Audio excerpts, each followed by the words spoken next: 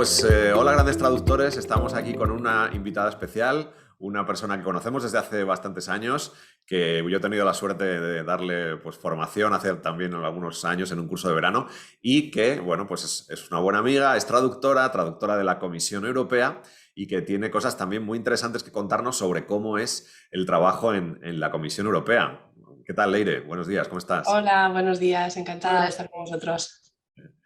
Bueno, mira, antes de nada, te vamos a pedir que te presentes tú misma, que nos cuentes un poco quién eres, bueno, y qué formación tienes, qué has estudiado, y así pues nuestros oyentes, las personas que vean este vídeo también te conocerán seguro mucho mejor. Cuéntame. Vale, bueno, pues eso, me llamo Leire, soy natural de Burlada, una ciudad muy cercana a Pamplona, en Navarra.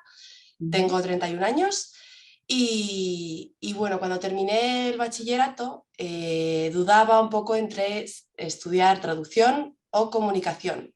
Siempre ha habido esas dos vertientes que me gustaban mucho. Opté por comunicación audiovisual. Y estudié en la Universidad de Navarra, en Pamplona, Ujú. y estuve haciendo unas prácticas en una cadena de televisión regional como reportera y también en una película como asistente de producción. Qué bueno. Y fue después, cuando terminé la carrera, que tenía todavía un poco esa espinita clavada de que la traducción, que siempre los idiomas me gustaban mucho, y entonces, bueno, decidí empezar la carrera de traducción e interpretación en la Universidad del País Vasco, en Vitoria. Ah, muy bien, estupendo, Sí. Leire. Oye, ¿y cómo te iniciaste en el mundo de la traducción? Cuéntanos un poquito. Sí, pues fue en tercer curso de la carrera de traducción e interpretación en Vitoria, cuando hice unas prácticas de verano en una empresa en Centro de Comunicación Internacional, en Pamplona. Y bueno, allí pude conocer un poquito de verdad el mundo de la traducción. Yo me encargaba sobre todo de la gestión de los proyectos, pues eso, de recibir la solicitud de presupuesto de los Ujú. clientes, elaborar los presupuestos, calcular los plazos, asignar la tarea al traductor correspondiente y de revisar las traducciones, aquellas de las lenguas que yo controlaba. Y bueno, tuve mucha suerte porque pude continuar trabajando con ellos 2 días por semana durante el último curso de carrera, y la verdad es que estar en una empresa real fue lo Ah, que a mí me hizo, ¿no?, conocer desde dentro un poco, además de la teoría que se conoce en la universidad, el ver realmente cuáles son los plazos del mercado, cuáles son las tarifas, qué problemas surgen cuando hay en los encargos de traducción. Entonces fue allí cuando realmente yo pude conocer cómo funciona este mundo. Qué bueno. qué interesante. O sea, que eres periodista reconvertida a traductora. Sí, Empezaste como project manager en el mundo de la eso es. traducción en una agencia. ¿Y cómo llegaste a ser traductora de la Comisión Europea? Cuéntanos un poco cuál fue este camino, ese recorrido. Sí, pues bueno, eso fue en segundo año de la carrera de traducción e interpretación. Una de mis profesoras, Jaione Arregui, ella había estado trabajando como intérprete en las instituciones. Y entonces nos comentó, se han convocado unas oposiciones para traductor en las instituciones europeas. Y bueno, los requisitos para presentarse eran tener una licenciatura. Yo ya tenía la de comunicación audiovisual, entonces por eso me pude presentar. El dominar perfectamente la lengua materna o primera lengua de trabajo y controlar bien un conocimiento profundo de otra de las lenguas oficiales de la Unión Europea. Yo tenía el francés bastante bien porque había estado de Erasmus en París y así, y entonces me pude presentar. Pero claro, a ver, yo me presenté diciendo, A ver qué bueno, pasaba. para el rato, claro, súper complicado, y bueno, un poco pues por intentarlo y ver cómo eran las pruebas, básicamente. Y entonces, bueno, pues hice las primeras pruebas que en Madrid. Las primeras, os explico un poquito si queréis cómo son las pruebas Sí, para entrar, sí, porque creo que es interesante. sí, sí, En seguro. la primera parte de las pruebas son un test psicotécnico, esto es de rombo, cuadradito, triángulo, sigue la serie, unos Ujú. problemas matemáticos y unos pequeños problemas o pruebas de comprensión lectora. Entonces, bueno, ahí lo que se evalúa un poco es la rapidez y sobre todo la capacidad de comprensión, ¿no?, en un espacio breve de tiempo. Yo tengo que decir que las matemáticas las preparé un agosto por las tardes a saco, porque yo las matemáticas las tenía súper olvidadas, y bueno, va y funcionó. La verdad que me sorprendí a mí misma, pero bueno, tuve suerte y pasé la primera prueba. Entonces tuve que hacer la segunda, que consiste en unas pruebas de traducción. Entonces, en mi caso fueron de francés, inglés a español, pero hay otras combinaciones posibles. Y entonces allí haces una prueba de eso, de traducción, de temática normalmente de la Unión Europea, temática algo especializada.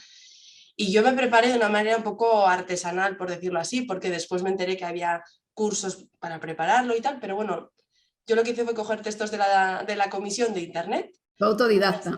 en francés y los hacía yo a mano en un cuaderno y luego comparaba con la versión oficial en español. Entonces, bueno, pues me iba autocorrigiendo un poco, veía qué fallos y también preparé un glosario con los términos más habituales para llevarlos ya un poco frescos.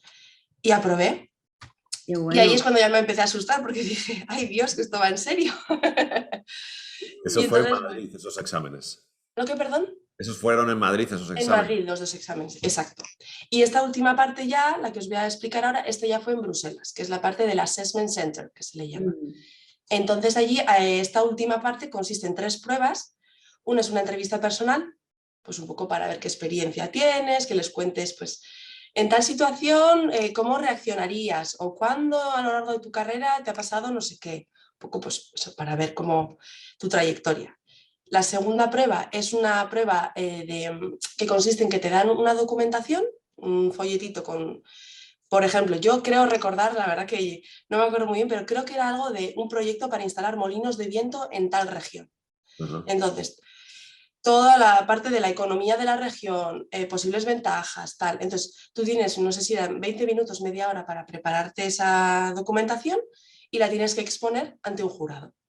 Entonces, bueno, ahí se evalúa la capacidad para integrar información de manera muy breve, ¿no? Y saber exponerla y gestionar. Y la última parte es la dinámica de grupo, en la que te dan lo mismo, te dan un folletito con mucha información y en la última página viene cuál es tu rol. Tú defiendes, por ejemplo, en el caso de los molinos de viento, tú defiendes que eso es positivo. Otro no, tú vas en contra porque eres una organización, qué sé yo, ecologista, que considera que no. Y entonces entra el jurado, se sienta alrededor de los que estamos en la mesa y comienza el debate. Entonces ahí, en esa parte se analiza sobre todo la capacidad de trabajar en equipo, de no pisar al compañero, pero al mismo tiempo de saber exponer tu punto de vista, un poco pues eso, porque aquí también hay parte, ¿no?, de trabajo en grupo, no es solo tú en tu despacho, tú solita. Claro. Y bueno, y aprobé y sí que me quedé en las listas de personas que habíamos aprobado y no fue hasta un tiempo después cuando ya empezaron a salir puestos, hice la entrevista para Luxemburgo y me vine en septiembre del 18. Qué bueno. Qué interesante, Leire. Oye, pues cuéntanos un poquito más en qué consiste exactamente tu trabajo y bueno, pues cómo es un día normal en el Departamento de Lengua Española. A ver, que nos enteremos. Sí, bueno. A ver, pues eso, como bien habéis dicho, yo soy traductora en el Departamento de Lengua Española de la Dirección General de Traducción, DGT, en la Comisión Europea. Y nuestro departamento tiene 2 unidades, una en Bruselas y otra en Luxemburgo. Y yo estoy en la de Luxemburgo. Entonces, un día normal, pues a ver, la parte de la traducción, que es mi labor fundamental, normalmente traducimos aquí textos jurídicos. Es decir, reglamentos, directivas y decisiones, ¿no?, que son al fin y al cabo los textos que la Comisión utiliza para plasmar las decisiones que toma en ámbitos pues, como la agricultura, salud, economía, etc. Entonces, nuestro trabajo consiste en traducir sobre todo esos textos jurídicos con plazos relativamente cómodos. Yo, en comparación con el mercado privado, pues contamos con más tiempos, es así, pero también hay otros tipos de texto como comunicados de prensa que son mucho más urgentes, o por ejemplo textos que surgen a raíz de la pandemia. Fue una época de textos de hoy para allá. O la guerra, ahora mismo pues hemos tenido que trabajar fines de semana, por la noche, porque eso, hay textos que son más urgentes. La gran mayoría de los textos, no sé la cifra, pero bueno, más del 90% diría yo, son del inglés al español. Hay algún texto en francés o alemán, pero la mayoría son desde el inglés. Y el otro pilar, podemos decir, de nuestro trabajo es la revisión. Hacemos mucha revisión también de los textos de nuestros compañeros, revisamos prácticamente todo, y también revisiones de textos que se han externalizado y que vuelven de traductores freelance. Eso es. Entonces nosotros evaluamos se coge una muestra aleatoria, se evalúa, se le pone una nota y si vemos errores añadimos comentarios porque al final eso redunda en la calidad de las traducciones para nosotros. Sí, sí, sí, sí. Y finalizamos esa traducción. Y bueno, luego, por supuesto, cada uno también hasta el punto en el que se quiera involucrar, ¿no?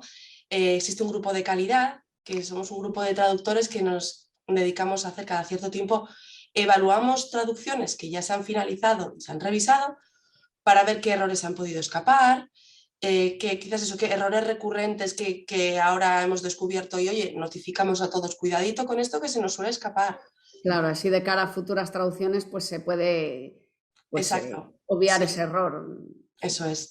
Y también hay un grupo de terminología en el que, bueno, algunos traductores ayudamos a las terminólogas del departamento en ciertas labores terminológicas como la creación de fichas de IATE, la base terminológica, o para estar un poco atentos a posibles necesidades de fichas, términos que haya que armonizar, cositas así.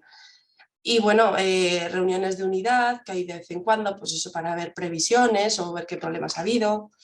Hoy, por ejemplo, he tenido la reunión del boletín de punto y coma.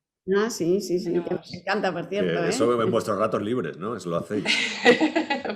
La verdad que lo de releer los artículos y todo eso sí que es mucho en fines de semana y así, pero bueno, sarna con gusto no pica, así que sí. Porque esa es una actividad no remunerada, lo de punto y coma es algo que hacéis porque os apetece, porque os gusta. Claro, sí, sí, sí. Y dais ese servicio un poco a la comunidad de traductores que todos Que lo tanto lo agradecemos. Sí, además es que es muy interesante porque todos aprendemos, ¿no? de los artículos de otras personas o te enteras de muchísimas cosas. O problemas que surgen aquí, que debatimos en los pasillos, pues luego es muy interesante plasmarlo ahí un poco para que quede constancia y que muchas veces son, por ejemplo, los cabos sueltos de la revista, no son cosas que hayamos solucionado ya, sino que tenemos este problema y lo solemos solucionar así, efectivamente. La tenemos. Tengo aquí un ejemplar que nos mandáis en papel, que yo sé que ya casi no se imprimen en papel, es todo digital, pero bueno, a nosotros nos llega porque contribuimos a algunos números y nos encanta. Nos encanta, la verdad. ¿No? A mí también me gusta tenerlo en papel, los tengo aquí y a mí me gusta más. Sí, sí, sí, sí, da como otra sensación. Sí, eso es. Qué y básicamente bien. Eso es un día un poco, bueno, nuestra labor. Bueno. Muy interesante, ¿eh? Oye, Leire, y también nos interesa mucho saber que nos cuentes un poco en tu perspectiva, pues qué formación se necesita o conviene tener pues, para trabajar como traductor en la Unión Europea, en las instituciones o en la Comisión. Tú no eras traductora de carrera cuando hiciste esto porque tenías otra carrera, aunque estabas estudiando traducción en ese momento. Y bueno, pues que nos cuentes un poco qué formación se necesita para entrar y luego, cuando estás allí, pues qué áreas tú crees que conviene tener más formación en traducción. No sé si en economía o en derecho o en agricultura, no sé, cuéntanos un poco. Sí, pues a ver, bueno, objetivamente los requisitos formales son los que os he dicho antes de tener para presentarse a las oposiciones, quiero decir, tener una licenciatura, dominar la lengua materna y un buen conocimiento de otra lengua oficial de la Unión Europea. Esos son requisitos formales. Pero la verdad que yo, una vez que se cumple eso y se tienen las dotes lingüísticas, ¿no? que se presupone a todo traductor, que por supuesto hay que tenerlas, yo creo que es muy importante la versatilidad. El hecho de ser capaz de documentarse y eso, obtener información y saber buscar términos en muchos ámbitos distintos, porque aquí tan pronto traduces un reglamento sobre vehículos como una directiva sobre sustancias en los productos fitosanitarios, es decir, la temática es muy, muy variada. Tenemos lo que nosotros llamamos las carteras, que son las distintas direcciones generales de la Comisión Europea, ¿no? que al final cada una es una temática. Una es santé, para salud, otra es empleo, otra es sobre temas de crecimiento. Entonces, bueno, esas carteras o esas direcciones generales las tenemos divididas entre Luxemburgo y Bruselas.